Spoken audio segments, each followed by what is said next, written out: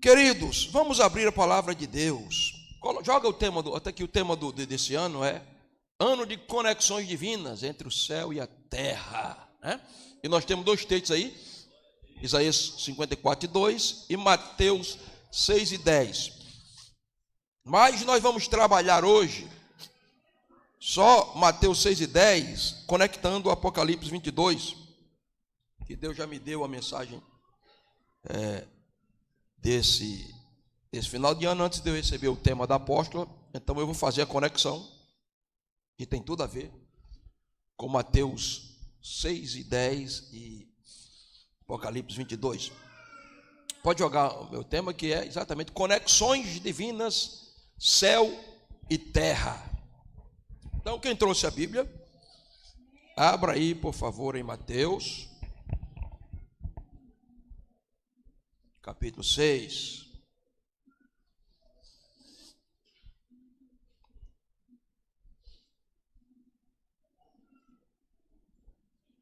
Mateus capítulo 6. O versículo 10. E todo mundo conhece esse versículo aqui, deve conhecer de cor. Diz assim: venha o teu reino, seja feita a tua vontade, assim na terra como no céu. Diga comigo, assim na terra como no céu. Essa oração de Jesus, conhecida como oração do Pai Nosso, é uma oração que nos ensina exatamente a nos conectar com o céu. Ela começa chamando Deus de Pai e depois diz que está no céu. Então, conhecer Deus como Pai é voltar-se os olhos para o céu. Essa oração não era uma oração estranha aos judeus. Jesus coloca alguns elementos novos nessa oração. Mas já havia uma oração entre os judeus na época de Jesus, conhecida como Avinu Sheba Shamayim, que é nosso Pai que está nos céus. Jesus toma uma oração comum entre seus patriotas, entre os judeus, e aí ele traz elementos, que é exatamente elementos que conectam o céu à terra. Ele vai dizer no versículo 10, venha o teu reino, seja feita a tua vontade, assim na terra como ela é feita no céu. Veja, venha o teu reino. O reino de Deus não é um reino terreno, o reino de Deus é um reino celestial, porque Deus é o rei do reino celestial. Mas a oração de Jesus é que o reino celestial invada o reino terreno. Por isso ele diz, venha o teu reino e seja feita a tua vontade na terra como é feita no céu. Então a oração de Jesus é que a vontade do céu controle a terra. O grande problema da igreja moderna, contemporânea, é que ela esqueceu do céu e está presa à terra. Até porque o evangelho que se prega hoje aí, em muito lugar, é um evangelho muito terreno. Venha para cá para ser curado, venha para cá para receber o milagre, venha para cá para prosperar, venha para cá para ter sucesso, tudo terreno. Mas não existe êxito e sucesso em nenhuma área da vida terrena se primeiro não houver sucesso na vida celestial. Então, queridos, nós vamos abrir também a Bíblia, depois desse versículo, em Apocalipse 22, porque eu li esse versículo só para servir de base, mas eu vou trabalhar mesmo em Apocalipse 22, porque aqui nós vamos ver a conexão, céu e terra. A partir do versículo 1, 22:1, diz assim: mostrou-me o rio puro da água da vida, claro como cristal, que procedia do trono de Deus e do Cordeiro. No meio da sua praça, e de um e de outro lado do rio, estava a árvore da vida, que produz 12 frutos, dando seu fruto de mês em mês, e as folhas da árvore são para a saúde das nações. E ali nunca mais haverá maldição contra alguém, e nela estará o trono de Deus e do Cordeiro, seus servos o servirão, e verão o seu rosto, e nas suas testas estará o seu nome. Ali não haverá mais noite, nem necessitarão de lâmpada, nem de luz do sol, porque o Senhor Deus os ilumina, e reinarão para todo sempre. E outra tradução diz, o Cordeiro é a sua lâmpada. Versículo 6. E disse-me: estas palavras são fiéis e verdadeiras, e o Senhor, o Deus dos santos profetas, enviou o seu anjo para mostrar aos seus servos as coisas que em breve hão de acontecer. Eis que cedo venho, bem-aventurado aquele que guarda as palavras da profecia deste livro. Eu, João, sou aquele que vi e ouvi estas coisas. E havendo-as ouvido e visto, prostrei-me aos pés do anjo para adorá-lo. E disse-me: olha, não faças tal, porque eu sou conservo teu e de teus irmãos, os profetas, e dos que guardam as palavras desse livro. Adora a Deus. Amém, meus queridos? Deixa eu deixar a Bíblia aberta aqui. Em Apocalipse 22. Fica aberto. Depois eu abro aqui. Então, meus amados, nós queremos falar hoje exatamente sobre conexões divinas, céus e terra. Jesus disse: venha o teu reino, seja feita a tua vontade, assim na terra como no céu. Você sabe que o primeiro ato de Deus foi criar o céu, antes de criar a terra. E nós, esse ano, estamos no ano judaico 5.786. Cada letra do alfabeto hebraico tem um valor numérico e tem uma figura. Por exemplo, uma das primeiras letras, a segunda letra do alfabeto hebraico é o Beit, que seria o nosso B. E a figura dele é exatamente uma casa. Nós temos, por exemplo, o Gimel, que seria o nosso G. A figura é um camelo. Nós temos a letra chamada P no hebraico, a figura é uma boca. Então, quando você junta os números do alfabeto do ano judaico, 5.786, você vai ter letras que correspondem a números e a figuras. E esse ano nós estamos no ano 5.786. O último é o 6. O 6 é exatamente a última letra do alfabeto hebraico. E é um Vav. Eu vou ser muito rápido aqui, porque eu sei que isso é muito difícil de entender, nem eu entendo direito. Mas a porta manda pregar, vou pregar isso aí. Depois eu vou entrar no texto. Mas, joga a projeção aí, por favor. Aqui nós temos o primeiro versículo de Gênesis 1:1 em hebraico. Bereshit bara Elohim et ha-shamayim. O que quer dizer isso? Bereshit, em princípio, bara, criou, Elohim, Deus, et, os, ha-shamai, céu, vet, e, haaretz, a terra. No princípio criou Deus os céus e a terra. Note que antes de Deus criar a terra é essa aqui, haaretz, ele criou ha-shamai, os céus. Mas entre haaretz e ha-shamai, você tem aqui exatamente o Vav, que representa o V, o 6. E esse Vav, joga aí a próxima projeção, ela é uma figura exatamente de um gancho, que é o conector, o que conecta céu e terra. Volta a figura. Então note que Deus primeiro cria o céu e vai criar a terra. E entre céu e terra existe um I, que é a conexão. Então, nós estamos profetizando, falando profeticamente, que esse ano é um ano de uma conexão. Agora, que conexão é essa? Eu vou gritar mais do que ele, vamos ver quem é que tem mais garganta. Que conexão é essa? É a conexão entre os céus e a terra. Então olhe para o sermão e diga: 2026, se prepare para uma conexão entre o céu e a terra. Porque tem muita gente que esqueceu aquela música: guarda o contato com teu Salvador, e a nuvem do mal não te afligirá, né? Então, queridos, porque como eu não tenho tempo, eu já vou passar aqui, né? Não vou explicar mais esse negócio aí, não, isso é complicado demais.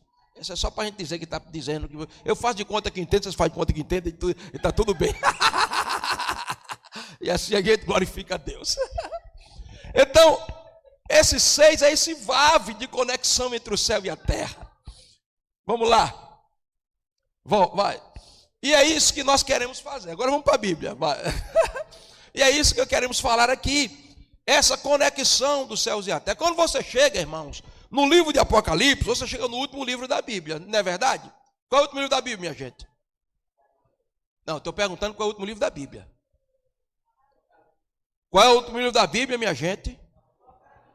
Tem gente que não tá acreditando muito não, pastor. Eu lembrei agora do meu pastor Miguel Adelino, meu primeiro pastor, homem de Deus. Semi-analfabeto, nunca estudou teologia, mas um mestre nato na palavra. Um dia o pastor presidente da Convenção Geral do Rio Grande do Norte foi visitar a igreja do pastor Miguel Adelino.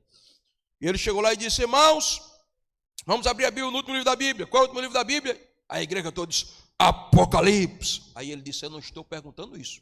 Eu quero saber qual é o último livro da Bíblia. Aí já diminuiu mais. Apocalipse. Aí eu quero saber quando. Aí ele virou para os obreiros. Alguns disseram, disse: não, eu quero saber qual é o último livro da Bíblia. Ninguém disse mais nada. Aí o pastor Miguel se levantou. Aí disse: pastor João Batista de Souza, com todo o respeito que eu tenho ao senhor, me admiro muito, mas eu quero dizer uma coisa para o senhor. Na minha Bíblia, na sua Bíblia e na Bíblia do mundo todo, o último livro da Bíblia é Apocalipse. Ele disse: isso aí sabe, viu? Tem gente que não entendeu, depois amanhã você rir. O último livro é Apocalipse, irmãos.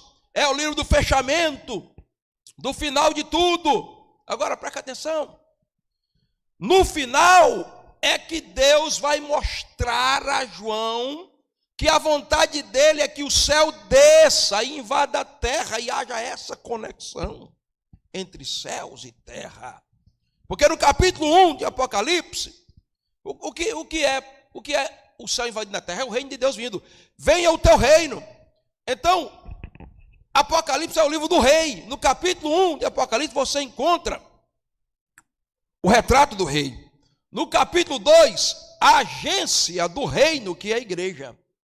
Do 2 ao 3. No capítulo 4, você vai encontrar a adoração ao rei. No capítulo 5, o domínio do rei e o projeto de redenção do rei. A partir do capítulo 6, 7, 8, 9, 10, 11 e 12, você vai encontrar os juízos do rei contra a terra para redimir. Quando você chega no capítulo 13, você encontra 13, 14, 15, 16 e 17. Você encontra os opositores do rei e a derrota dos opositores do rei. Capítulo 19, meus irmãos, o triunfo do rei e o retorno do rei. Capítulo 20, o reino do rei. E a partir do capítulo 21, aí você encontra a restauração completa e o reino do céu invadindo a terra. Então, olhe para o seu irmão e diga: 2026 é o ano em que o céu vai invadir a terra, do teu coração, do teu trabalho, da tua família, da tua cidade. Nós vamos mandar tudo que não é do céu para lá, porque o céu vai invadir a terra. E como é que o céu vai invadir a terra? Ponto de número 1. Primeiro, a pureza do céu na terra. Olha aqui, no final, quando João vai mostrar o céu descendo, ele diz assim, ó, versículo 1, capítulo 22. Mostrou-me o rio puro da água da vida, claro como cristal, que procedia do trono de Deus e do Cordeiro. O que foi que João viu, irmãos? Diga: o trono. E o que é que corria do trono? Diga: um rio. E como era o rio? Puro, cristalino. Você já viu um rio de cristal? Ninguém nunca viu. Eu fui tomar banho lá, perto lá de Luiz Eduardo Magalhães, Tocantins, o Rio Azuis, que coisa bonita, linda, azuis. Mas o Rio Azuis não chega nem perto do rio do trono de Deus. Porque o rio do trono de Deus é cristal. Um rio de cristal.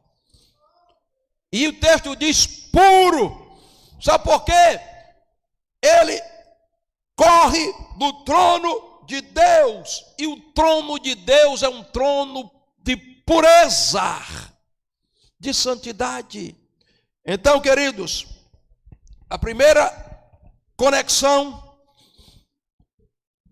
é a pureza do céu invadindo a terra, meus irmãos, porque a terra está suja, a terra está podre, a terra está imunda, os valores morais estão degradados, mentes impuras, corações impuros, mãos impuras. Mas essa noite nós estamos aqui diante do trono daquele que é puro, e o rio translúcido como cristal está correndo aqui essa noite. Conexão dos céus à terra. Em primeiro lugar, é a pureza do céu invadindo a terra, irmãos. Irmãos, quanto mais próximo de Deus, mais exposição do meu pecado. Olha, quando você vir um camarada que arrota a santidade, ele é bom, melhor do que todo mundo, ele é santo demais, ele não peca, ele não tem defeito, ele é perfeito, desconfie dele. Ele está muito distante de Deus. Sabe por quê? Quanto mais próximo da pureza, a minha impureza é denunciada. Queridos, preste bem atenção. Quando você vê uma pessoa pedindo muito perdão, se arrependendo muito, rasgando o coração, chorando muito, não é porque ele é muito pecador, não. Fique sabendo disso. Quem mais se arrepende não é quem mais peca. Quem mais se arrepende é quem está mais próximo de Deus. Porque quanto mais próximo de Deus, eu vou olhando para dentro de mim, e eu vou vendo a minha impureza, como dizia um antigo pregador, até nas minhas lágrimas de arrependimento é impureza, irmãos. Então, quem mais se arrepende é quem mais está perto do trono e do rio puro e cristalino. Sabe por quê? O pecador inveterado, ele não se arrepende, meu irmão. Quem peca continuamente está cauterizado. Ele não sente a dor do pecado. O pecado é habitual na vida dele. Mas eu quero dizer, nós vamos entrar 2026 mergulhando no rio de cristal e sendo banhados pelas águas puras do trono de Deus. A pureza do céu vai invadir a terra. A palavra grega aqui para puro é resplandecente, pureza sem mistura, ausência total de corrupção. Meus queridos, será que existe algum resquício de corrupção na minha vida? Eu quero a bênção de Deus. Deus não abençoa desmantelados moralmente. Nós estamos no Brasil, onde corrupção é cultura. Porque eu já vi o cara disse, o filho não aprende a ser caloteiro quando vai para o mercado de trabalho. Ele aprende a ser caloteiro quando ele vê o pai alterando o velocímetro do carro para dizer que o carro tinha tantos quilômetros quando não tem. Você entende? Então, queridos, a primeira conexão, essa conexão. O rio flui porque a santidade de Deus corre. O rio é puro porque Deus é tão puro de olhos que não pode ver o mal. Agora, a santidade, ela não é auto-otorgada. Eu não gero a minha santidade, irmãos. Ninguém fica santo porque quer ser santo. Santidade é fruto de se aproximar do trono e se aproximar do rio. Porque quando as águas do rio me banham, então eu sou santificado.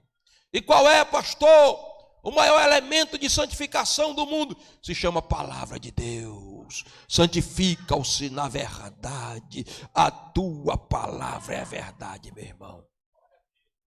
Se você passou 365 dias desse ano vendo tudo quanto é tudo na internet e sem ler um versículo da Bíblia, sinto lhe informar, você não tem condições de crescer na sua vida de santidade.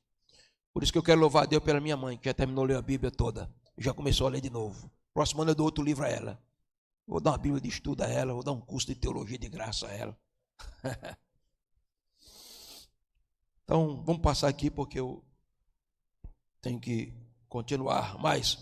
Primeira coisa, pureza, porque o trono de Deus é um trono de graça, um trono de justiça. Pureza. Segunda conexão, a vida e a saúde do céu na terra. Veja, o texto diz que o rio era puro como cristal. Ele corria do trono de Deus e do Cordeiro, porque o Cordeiro e Deus estão interligados. É um trono só, porque é uma autoridade só. Porque o Filho só se submeteu ao Pai para vir salvar, irmão. Mas o Filho e o Pai estão em pé de igualdade, não existe hierarquia na Trindade. Pai e Filho são divinos, essencialmente divinos, então eles têm a mesma autoridade. Quando Jesus diz, o Pai é maior do que eu, porque está falando do Deus homem. Como homem, ele abriu mão dos atributos da divindade. Mas agora no trono, a Bíblia diz que é o trono de Deus e do Cordeiro. E aí a segunda coisa é a vida e a saúde do céu na terra. Veja o que diz o versículo 2. No meio da sua praça, de um e de outro lado do rio, estava a árvore da vida, que produz 12 frutos, dando seu fruto de mês em mês. E as folhas da árvore são para a saúde das nações. Tu quer pregar o quê aqui? O que é que tu quer pregar aqui? Agora pronto, 2 pregadores para pregar comigo aqui. Ai, meu Jesus de Nazaré, Jesus, sabe?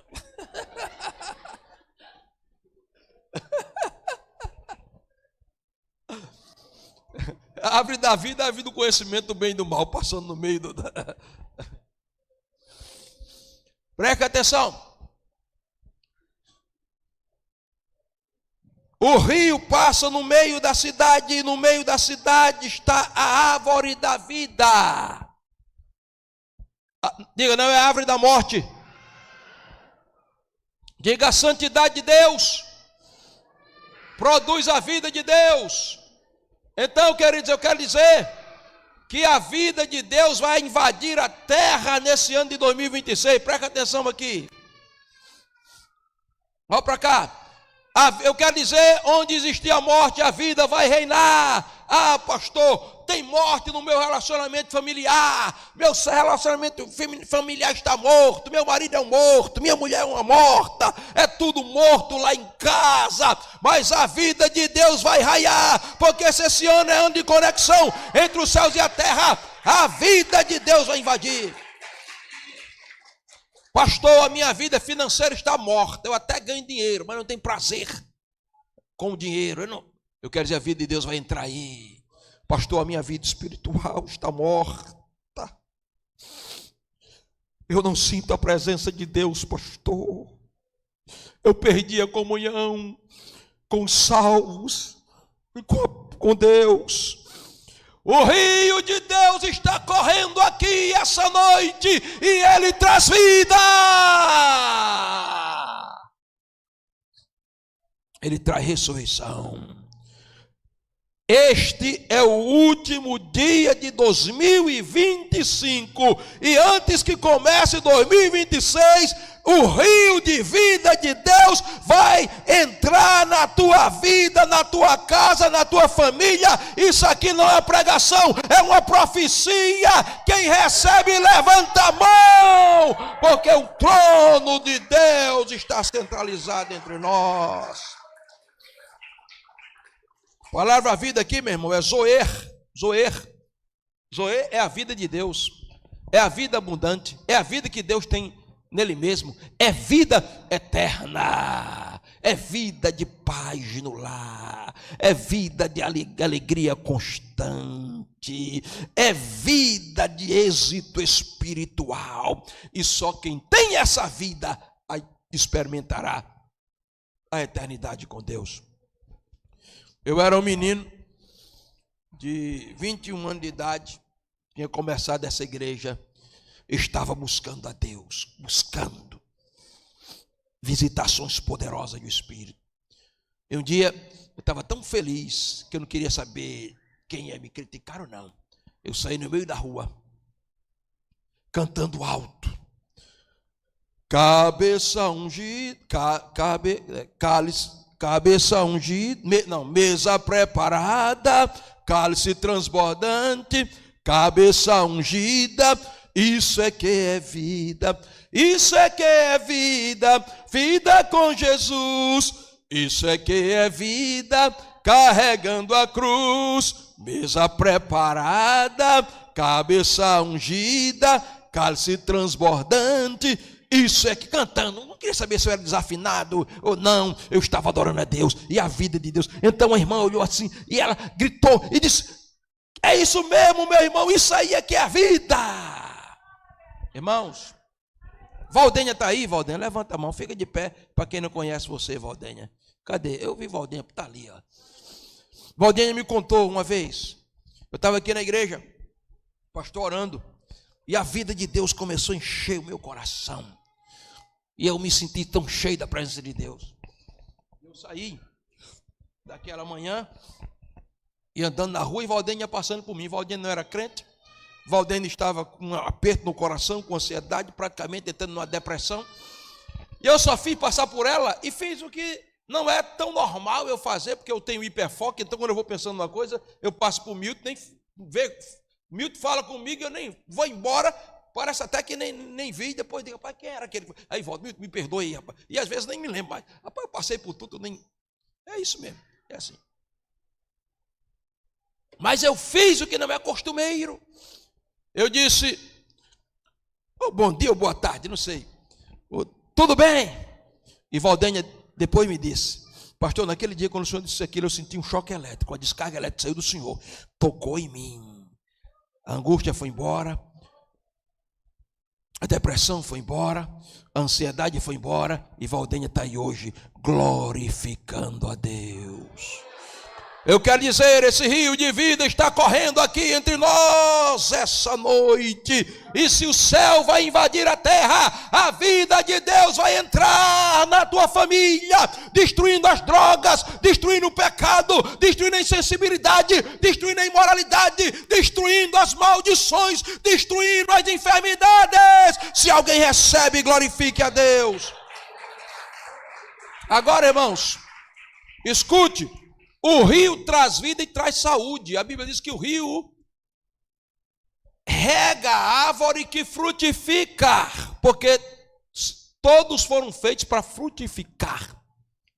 Pastor, por que não há frutos, não há produção na minha vida? Porque talvez você seja uma árvore plantada longe do rio. Hoje peça para o agricultor celestial, que é Jesus, colocar você na beira do rio, porque foi o salmista que disse que o justo é como árvore plantada junto a ribeiro de água, que dá o fruto da estação própria. A Bíblia diz que a água rega a árvore, ela produz fruto, e da árvore da vida nada se perde. A folha é para a saúde das nações. Que é isso, pastor? Chá de folha da árvore da vida cura as nações, irmãos. Escute, no Éden a árvore estava bloqueada, guardada por jardins, agora ela está aberta e as suas folhas estão para curar a nação. Eu quero te dizer, a saúde do céu vai invadir a terra do meu coração, do seu coração. O que tem mais hoje na nossa sociedade são pessoas doentes, meu irmão, doentes emocionalmente, doentes psicologicamente, doentes moralmente, doentes espiritualmente. Mas eu quero dizer, presta atenção aqui, a saúde de Deus vai invender a tua vida agora, fisicamente. Se você entrou aqui doente, hoje é dia da cura de Deus tocar a tua vida. As pessoas estão doentes, irmãos, e hoje uma das maiores doenças é a doença de eu me sentir doente. Eu sou o coitadinho, é o chamado espírito de autocomiseração. Eu tenho pena de mim. Ai de mim, ninguém me vê, ninguém me ama, ninguém me quer. Em nome de Jesus, hoje essa doença vai sair da tua alma, porque o rio da cura de Deus está aqui, a folha da árvore da vida está aqui, e ela cura as nações. Escute, a solução para o Brasil não é esquerda nem direita. Vamos acabar com essa ilusão. Não é presidente A, nem é presidente B. A cura das nações, o que é, pastor? é a folha da árvore da vida. Se o Brasil experimentar a vida de Deus, ele será curado da malignidade, da corrupção, da maldade. É isso aí. Vamos aí, eu já vou passar, deixa para lá.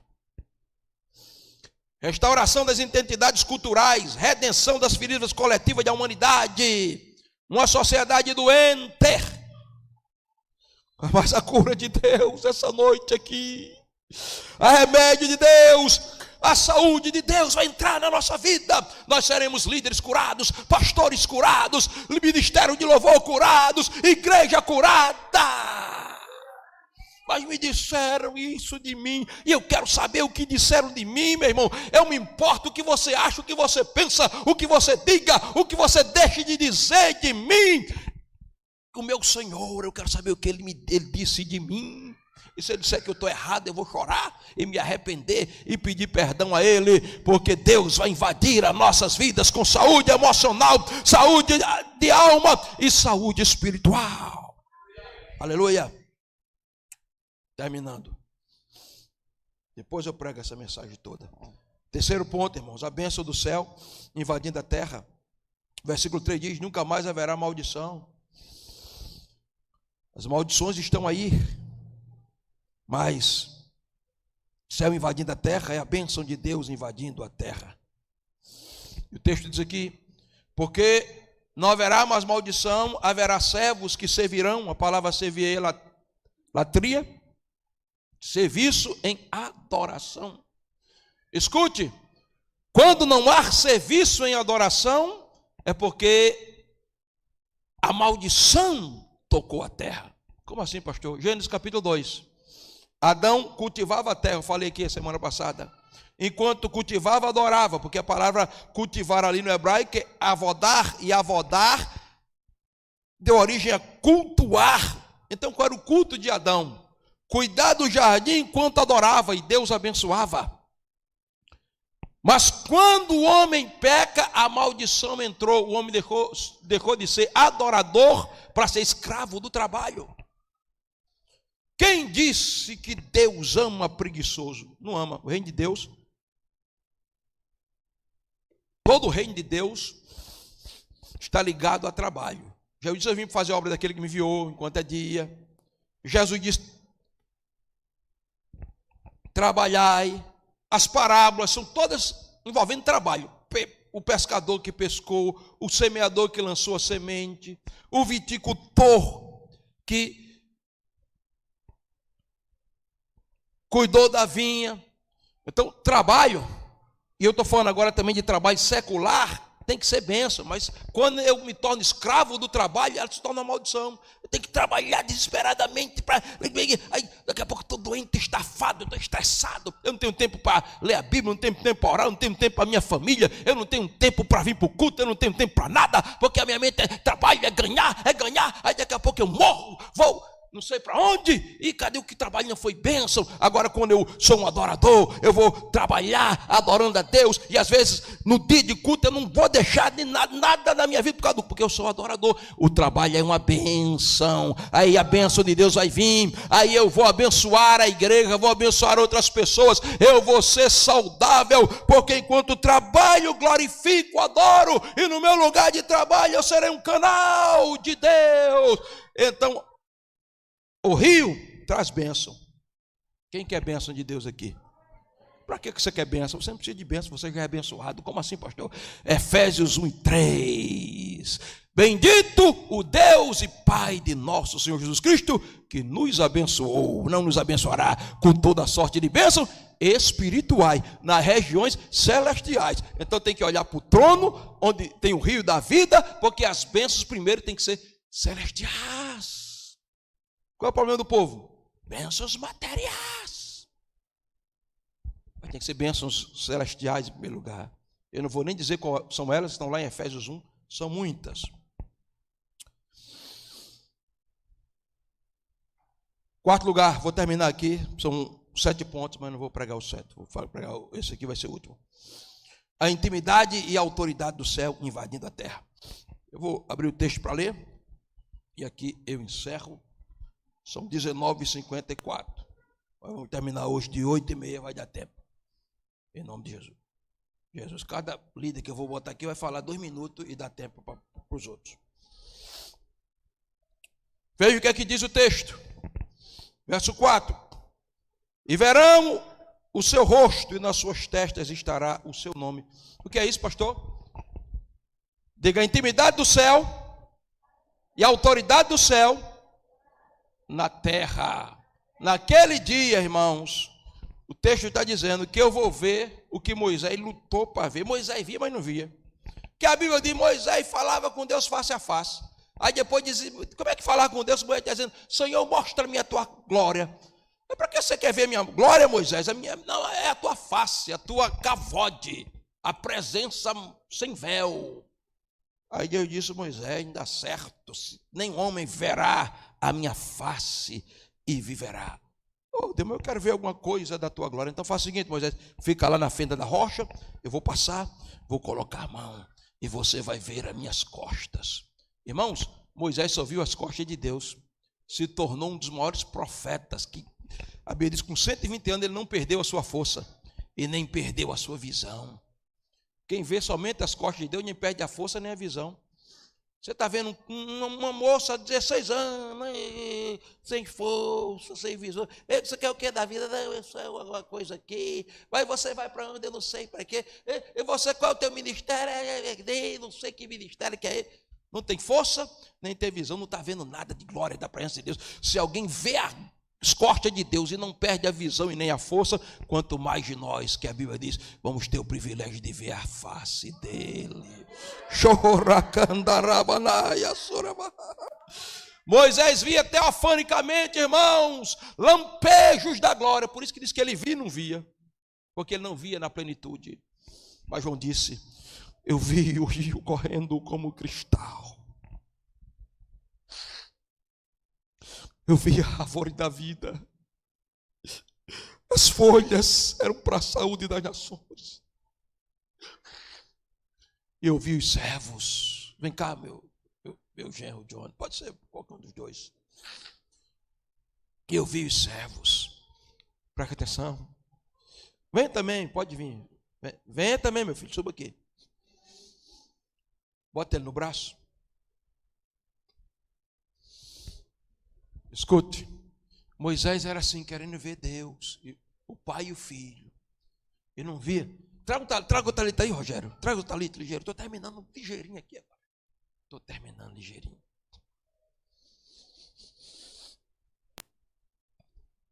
Bota esse talito entre mim e Johnny. Fica aqui na frente. Bota aí. Bota aqui, assim, tapando. E Moisés que ficava querendo ver. Mas não via. Ele via em teofania. Não era glória revelada. Queria ver. Mas João disse naquele dia: a intimidade do céu. E ela tem que vir hoje para cá. Vai invadir até, sabe o quê? O véu vai cair. Eu e você vamos ver o Pai. E vamos ver o Filho. A pureza no olhar do Filho. A grandeza no olhar do Pai. A santidade de Deus, a intimidade. Obrigado, meus irmãos. O grande problema dessa geração de crentes é que eles querem as mãos de Deus, os benefícios de Deus, os milagres de Deus. Mas eles não conhecem a face de Deus. Quem tem a face tem a visão. Que a visão de Cristo nos constrange, nos esmaga. Quem tem a face tem a boca, a doçura da sua voz. Quem tem a face tem os ouvidos. Tem o privilégio de ser ouvido de uma maneira especial. O salmista Davi disse: Quem subirá ao monte do Senhor? Quem estará no seu lugar santo? Aquele que é puro de mão e limpo de coração. Essa é a geração dos que buscam a tua face. Você não pode ver Deus na sua originalidade hoje. Mas João disse, eu termino aqui com esse versículo, 1 João, o que vimos, o que ouvimos, o que contemplamos, as nossas mãos tocaram. Você pode ver o caráter, como eu vejo, pastor. Quando você ler a Bíblia, quando você é adorador. Tomás de Aquino foi um dos maiores teólogos da sua época. Foi o homem que consolidou a via apofática e catafática do querigma. O que é isso, pastor? Eu venho estudar no ITE, a partir de fevereiro, que você vai aprender. Foi o homem que pegou toda a filosofia aristotélica e deu uma roupagem teológica nela, interpretou a teologia à luz do aristotelismo. Mas um dia ele teve uma experiência de contemplação. Ele viu a santidade de Cristo. Ele disse, eu abro mão de tudo isso, todo esse conhecimento, essa filosofia, nada disso pode se comparar a ver a Cristo. Paulo conhecia todas as regras da hermenêutica judaica, mas um dia ele viu a Cristo. Ele ficou tão apaixonado que ele abriu mão, não jogou fora. Não estou dizendo que é para desprezar isso, não. Isso é importante demais. Mas tudo isso aí, sem intimidade com Deus, não vale nada. Paulo disse, eu vi, Paulo foi transformado, irmãos, quando viu. E depois, Paulo já velhinho, olha, Paulo foi ao terceiro céu, Paulo teve experiência poderosa. Alguém disse, Paulo, qual é o teu maior desejo, Paulo? Filipenses, escrevendo, ele preso lá, disse, eu quero conhecê-lo, eu quero ver ele de perto. Você já viu a face de seu Deus, do seu Cristo? O dia que eu e você virmos de verdade,